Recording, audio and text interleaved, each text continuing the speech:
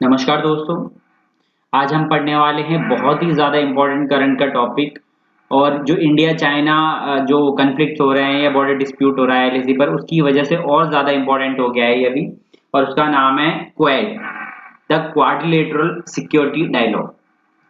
ठीक है, तो देखिए यहाँ पर शुरू करें इसे। तो यहाँ पर आप देखते हैं क्या कि ये जो क्वाड है, इसकी शुरुआत कब हुई, क्या है ये, सब चीज़ों को एक एक करके देखें। तो सबसे पहली चीज़ तो ये रीजनल कोलिशन है।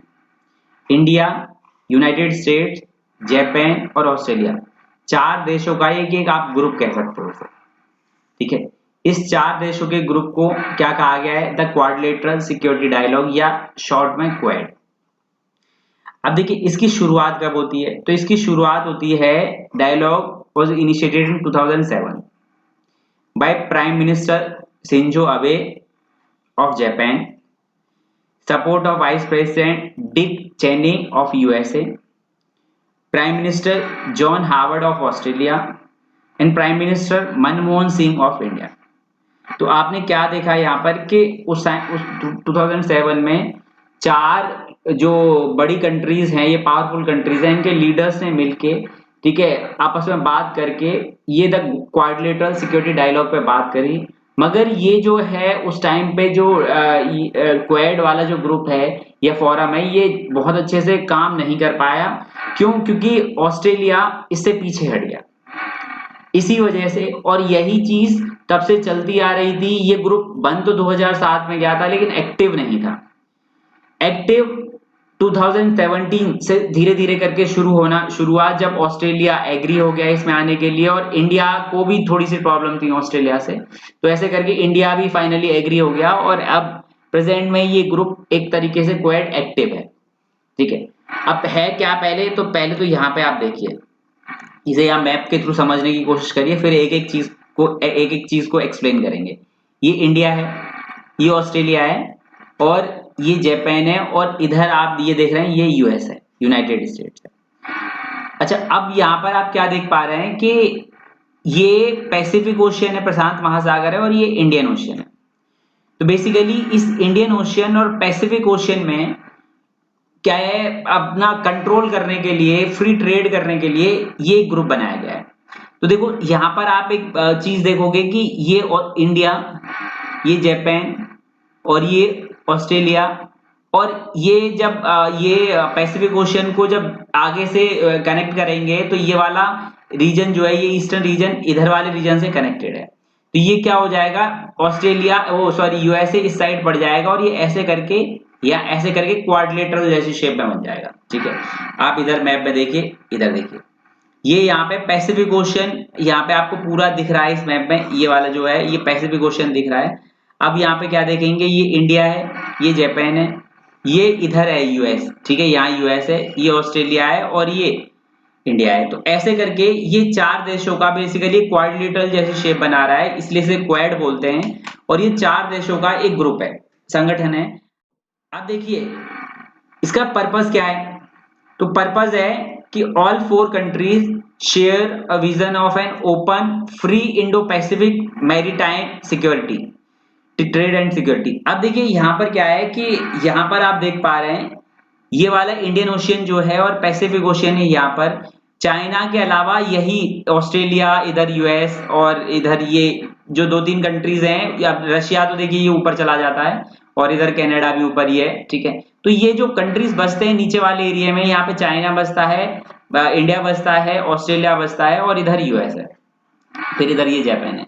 तो ये थोड़े से, अब चाइना क्योंकि अब उसकी पॉलिसी अलग होती है, जैसे कि आपने अभी देखा था कि जो अभी कोरोना वायरस कोविड-19 जो उसने डेवलप किया, तो पूरे वर्ल्ड इकोनॉमी खराब करके रख दी। इसी तरीके की उसकी जो पॉलिसीज होती हैं, वो अपने आप को ही डोमिनेट, मतलब दूसरों को डोमिनेट करने की होती हैं, सिर्फ अपना ही अपना देखना होता है उसको। इसी वजह से आप यहाँ पे देख पा रहे हैं कि जो बाकी देश हैं, वो हमेशा उससे कहीं ना कहीं डरे रहते हैं, और इसी वजह से वो ना कुछ एक्शन उसके साथ खिलाफ लेना चाहते हैं। और इसी वजह से क्या किया कि यहाँ पर ये जो इंडियन ओशियन है और ये पैसिफिक ओशियन है, इस रीजन में चाइना कल को कोई किसी तरीके की दिक्कत ना करे, या फिर यहाँ पे पायरेसी ना हो। ठीक है, तो यहाँ पर मैरीटाइम पेट्रोलिंग करने के लिए, फ्री इजीली ट्रेड करने के लिए यहाँ पर ये फोरम बनाया गया है, पर्पस है। अगर कल को कोई कंट्री प्रॉब्लम करता है तो ये कंट्रीज आपस में मिलकर क्या करेंगे, उससे बात करेंगे और चीजों को सही तरीके से मैनेज करवाएंगे। देखिए यहाँ पर सबसे ज्यादा इंपॉर्टेंट बात क्या है कि ये आपको देख रहे हो, ये पैसिफिक ओशन है। पैसिफिक ओशन में ये आपकी साउथ चाइना सी है। साउथ चाइना सी से यहाँ पर आप नीचे आओगे तो ये मलेशिया है, इधर नीचे सिंगापुर है, और ये वाला जो रीजन है ये इंडोनेशिया है, और इधर ये इंडियन ओशन है पूरा, ये बे ऑफ बंगाल है, और यहाँ पे हमारा अंडमान निकोबार है।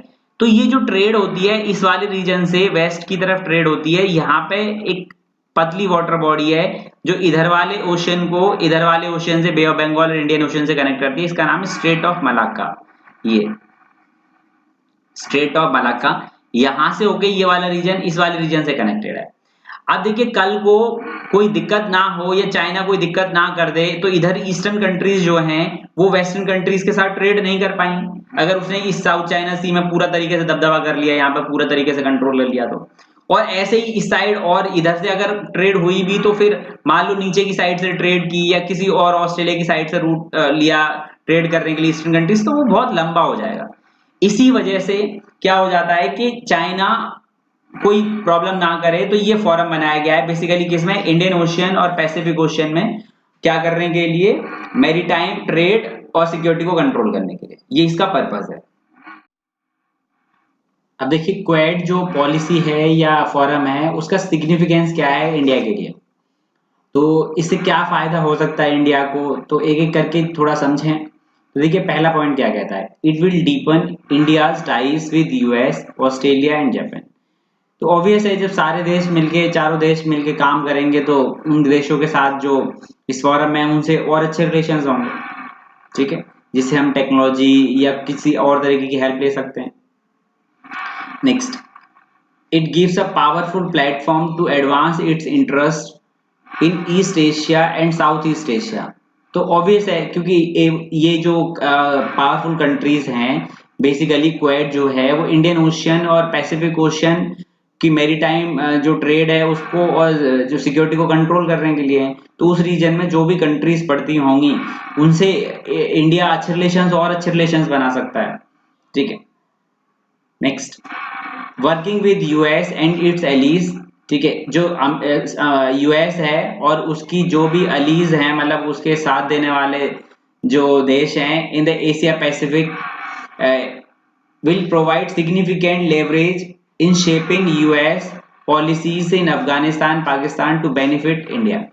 अब देखो कहीं ना कहीं इस चीज का फायदा तो होगा ही कि जो अमेरिका है या अमेरिका के जो एलीड कंट्रीज हैं जो एशिया पैसिफिक रीजन में हैं, जो अफगानिस्तान पाकिस्तान से ट्रेड करते हैं या उससे जो भी लेन देन करते हैं, तो अगर जो ये लोग अगर उनसे प्रेशर बनाते हैं या उनके साथ कोई ऐसे ट्रेड रिलेशंस बनाते हैं जो इंडिया को बेनिफिट करे, ठीक है, तो इससे फायदा होगा ही। क्यों फायदा होगा, क्योंकि अब यूएस जैसे पाकिस्तान को काफी चीजों डोनेट करता है, बहुत सारी ट्रेड करता है अफगानिस्तान से भी, ऐसी अदर कंट्रीज से, और उसके जो सहायक कंट्रीज हैं वो भी। तो अगर उनके रिलेशंस इंडिया से अच्छे हो जाएंगे तो कहीं ना कहीं वो इंडिया का भी ध्यान रखेगा। तो इस वजह से कुछ जो ऐसी पॉलिसी भी लेकर आएगा अफगानिस्तान पाकिस्तान रीजन जो हमारे डिस्प्यूटेड एरिया में, अफगानिस्तान से तो वैसे फिर भी अच्छे रिलेशंस है हमारे, तो उससे ऐसी पॉलिसीज वहां पर लेकर आए जिससे इंडिया को बेनिफिट हो, और होगा भी। चलिए next, they also appear to have agreed on the need to initially focus on public health in the current pandemic situation, development of vaccines. अब देखिए जैसे कि अभी प्रेजेंट में हाल है, बुरा है, अभी कोविड-19 की वजह से एक महामारी है, विश्व महामारी है, पेंडेमिक है, सिचुएशन है यहाँ पर। तो उस केस में क्या होगा कि अगर हम 4 देशों का ग्रुप मिलके कुछ काम कर रहा है तो इन देशों में जो भी पब्लिक हेल्थ पे सबसे ज्यादा ध्यान दिया जाना चाहिए, और यहाँ पे जो भी वैक्सीन बन रही हो या किसी भी तरीके की मेडिकल डेवलपमेंट हो रहा है तो वो आपस में एक दूसरे से क्या करें, शेयर करें, और करना भी चाहिए। तो ये क्या हो गया, अगर इन कंट्रीज में डेवलप हो रही है चीजें तो वो इंडिया के साथ इजीली शेयर कर सकते हैं। Next, and also sharing technologies, more importantly ways to get global economy back on track without significant setback। अब देखिए यहाँ पर आपको अच्छे तरीके से पता है कि अभी कोविड-19 की वजह से यहाँ पर भारत बंद भी था, ठीक है, लॉकडाउन हो रखा था इंडिया में, और बहुत सारी कंट्रीज में लॉकडाउन की कंडीशन थी, जिसकी वजह से ग्लोबल इकोनॉमी बहुत ज़्यादा ही खराब हो गई है, ठीक है। अब उस केस में अब हम चाइना से भी बहुत सारी चीज़ों को इम्पोर्ट जो है बंद कर रहे हैं वहाँ से, तो ऐसे करके बहुत सारी क्रिटिकल कंडीशन है। तो हमारी ये 4 कंट्रीज का जो ग्रुप है और इनके जो एलीड कंट्रीज हैं वो सब मिलके क्या करें कि टेक्नोलॉजी शेयर करें और जल्दी से जल्दी इस महामारी से बाहर आएं और जो ग्लोबल इकोनॉमी है उसे ज़्यादा दिक्कत में न जाने दें, ठीक है। ये क्या है एक सिग्निफिकेंस है। तो फिर कहीं ना कहीं आप खुद ही बताइए, उससे इंडिया को भी फायदा होगा कि नहीं होगा? क्यों? क्योंकि अगर सारे देश अगर एक दूसरे से शेयर करेंगे तो कुछ चीजें इंडिया इंपोर्ट भी करेगा, कुछ चीज एक्सपोर्ट भी करेगा, तो ओवरऑल इंडिया को फायदे तो हैं इससे, ठीक है। तो ये कुछ आपने देखे क्या है सिग्निफिकेंस है फॉर द इंडिया। चलिए अब आगे देखें। अब देखिए, अब आगे देखते हैं तो प्रेजेंट जो इंडिया चाइना इश्यू चल रहा है तो उसमें रोल क्या है क्वेड का। अब आपने क्या देखा कि अभी प्रेजेंट में जब हमने देखा था, एक वीडियो बनाई है मैंने सेपरेट उसके ऊपर, जो गलवान वैली है इंडिया चाइना के ऊपर, अगर आपने नहीं देखी तो उसे देखना जरूर। कि उसमें क्या हो गया कि हमारी गलवान वैली, आप यहाँ पे देखिए, आप यहाँ पे देखिए, इसमें ये गलवान वैली है, ये लद्दाख है, ये वाला ये रीजन लद्दाख में, ये एलएसी है। अब ये एलएसी वाला जो रीजन है, ये इधर अक्साई चीन है, बेसिकली इंडिया का ही है, मगर चाइना एडमिनिस्ट्रेशन करता है इसका अब देखो ये वाला रीजन है गलवान वैली। आपको अच्छे तरीके से पता है, अभी कुछ दिन पहले यहाँ पर हमारे सैनिकों के बीच में और चाइनीज सैनिकों के बीच में एक क्या लड़ाई हो गई थी, जिसमें हमारे 20 सैनिक मारे गए थे। चाइनीज भी मारे गए होंगे बट हमारे 20 सैनिक मारे गए थे, जिसकी वजह से बहुत ही ज्यादा मुद्दा जो है गर्म हो गया था, ठीक है। तो अब यही चीज जब ज्यादा बढ़ने लगी, बहुत ज्यादा दिक्कतें होने लगी, अब यहाँ पर हो क्या रहा है कि चाइना से आप ऐसे सोचिए कि एक तो महामारी फैला दी, इंटरनेशनल लेवल पे पूरा ट्रेड खराब कर दिया, ठीक है, इकोनॉमी खराब करे रख दी, और तीसरा यह इंडिया से लड़ भी रहा है और बाकी अदर कंट्री से भी कहीं ना कहीं दबंगई दिखा रहा है। तो इससे हुआ क्या कि जो हमारी क्वेड कंट्रीज हैं, ये जो क्वेड में जो कंट्रीज हैं, तो क्वेड में एक तो इंडिया है, ये इंडिया का तो इश्यू है ही चाइना के साथ, तो रेस्ट ऑफ द 3 कंट्रीज जो हैं, ठीक है, यूएस, जापान और ऑस्ट्रेलिया, वो तीनों देश भी आगे आए इस चीज को चाइना से लड़ने के लिए बेसिकली, या इंडिया को सपोर्ट करने के लिए।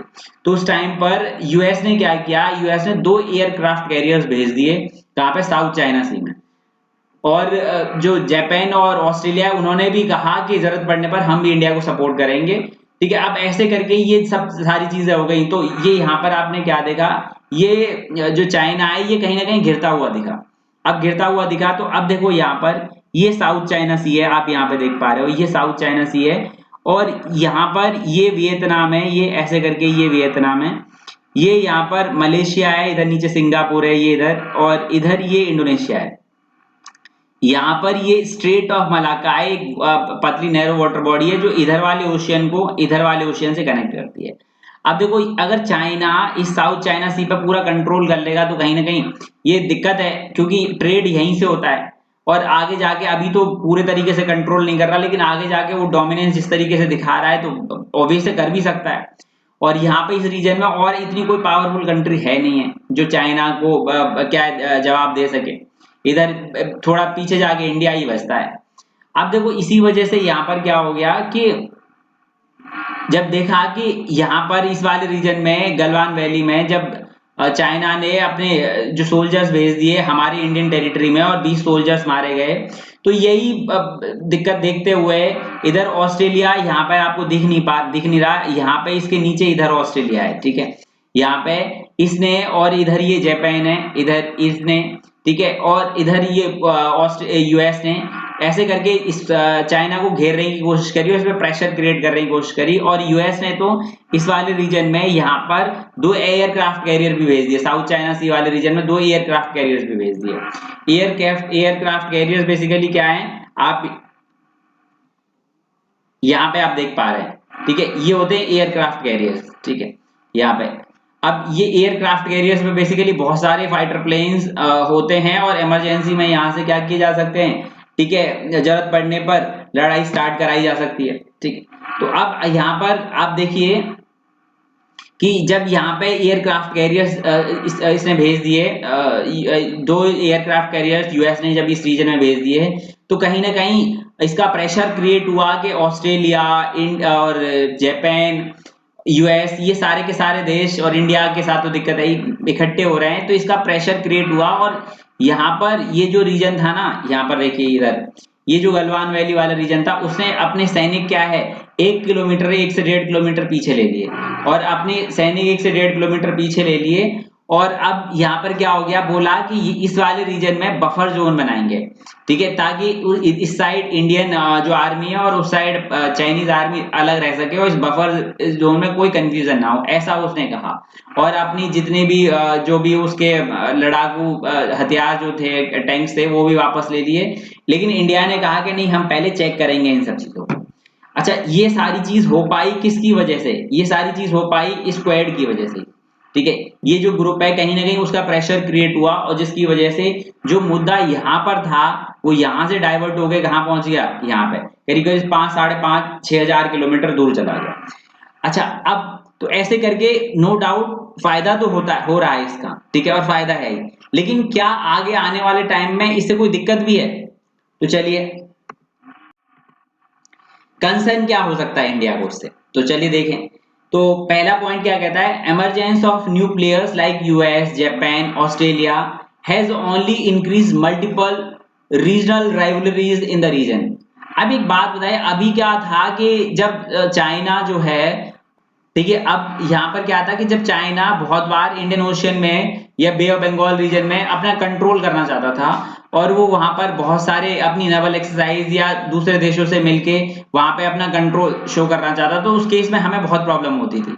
अब देखो, यूएस हो गया, जापान हो गया, ऑस्ट्रेलिया हो गया, ये तो बेसिकली अब हम ही अलाउ कर रहे हैं उन्हें उस रीजन में पेट्रोलिंग करने के लिए या पूरे तरीके से कंट्रोल करने के लिए, ठीक है। तो इस केस में हो क्या सकता है कि पहले तो सिर्फ चाइना से अगर मान लो कल को कोई प्रॉब्लम हो गई और इनको हमने पहले से ही अलाउ कर रखा है, ठीक है, तो ये एक दिक्कत क्रिएट हो सकती है इन फ्यूचर। दूसरा, while the quadrilateral grouping will bring developmental projects, ठीक है, it will considerably erode India's primacy in the neighborhood। अब इससे एक दिक्कत और भी हो सकती है, क्या हो सकती है कि अभी तो आसपास के देशों में इंडिया ही अपने कहीं ना कहीं जो भी प्रोजेक्ट बनाता है या करता है, अब इन ये कंट्रीज अगर यहाँ पे आ जाएंगी तो ऑब्वियस है ये कंट्रीज भी इंडिया के आस पड़ोसी देशों से ज्यादा ट्रेड करने लगेंगे, ठीक है। तो कहीं ना कहीं इंडिया की जो प्राइमेसी है या कंट्रोल है अड़ोसी पड़ोसी देशों से जिनसे अच्छे रिलेशंस हैं, उनसे थोड़ी दिक्कत हो सकती है या खराब हो सकते हैं। तो ये बेसिकली कंसर्न है। तो इसका सॉल्यूशन क्या है? तो देखिए, इसका सॉल्यूशन है यहाँ पे कि attempt to keep Quad plus countries within a certain sphere of influence and strategy direction. Basically इन्हें प्रॉपर तरीके से कोई रूल्स बनाने की जरूरत है और उन पे काम करने की जरूरत है, ताकि सब जो कंट्रीज हैं जो इंडियन ओशियन या पैसिफिक ओशियन में कंट्रोल करेंगी, उनकी प्री डिफाइंड पावर्स हो, ताकि कल को कोई दिक्कत हो सके तो उस पर बात भी की जा सके, ठीक है। तो देखिए, आज हमने क्या पढ़ा? आज हमने पढ़ा क्वाड क्या है, क्वाड कब स्टार्ट हुआ, ठीक है, और क्वाड की इंपॉर्टेंस क्या है। इसके बाद प्रेजेंट जो इंडिया चाइना इश्यू हो रहा है, ठीक है, उसमें क्वाड का क्या रोल रहा, इंडिया को क्या फायदा हो सकता है क्वाड से, और क्या इंडिया को दिक्कत हो सकती है, और अगर दिक्कत होती है तो उनका सॉल्यूशन क्या है। ये सारी चीजें हमने पढ़ी है यहाँ पर इस आज की वीडियो में, और मैं उम्मीद करता हूं कि आपको चीजें सही से समझ में आई होंगी। और फिर भी अगर कोई डाउट है आपको तो प्लीज कमेंट करके जरूर बताइएगा। Thank you.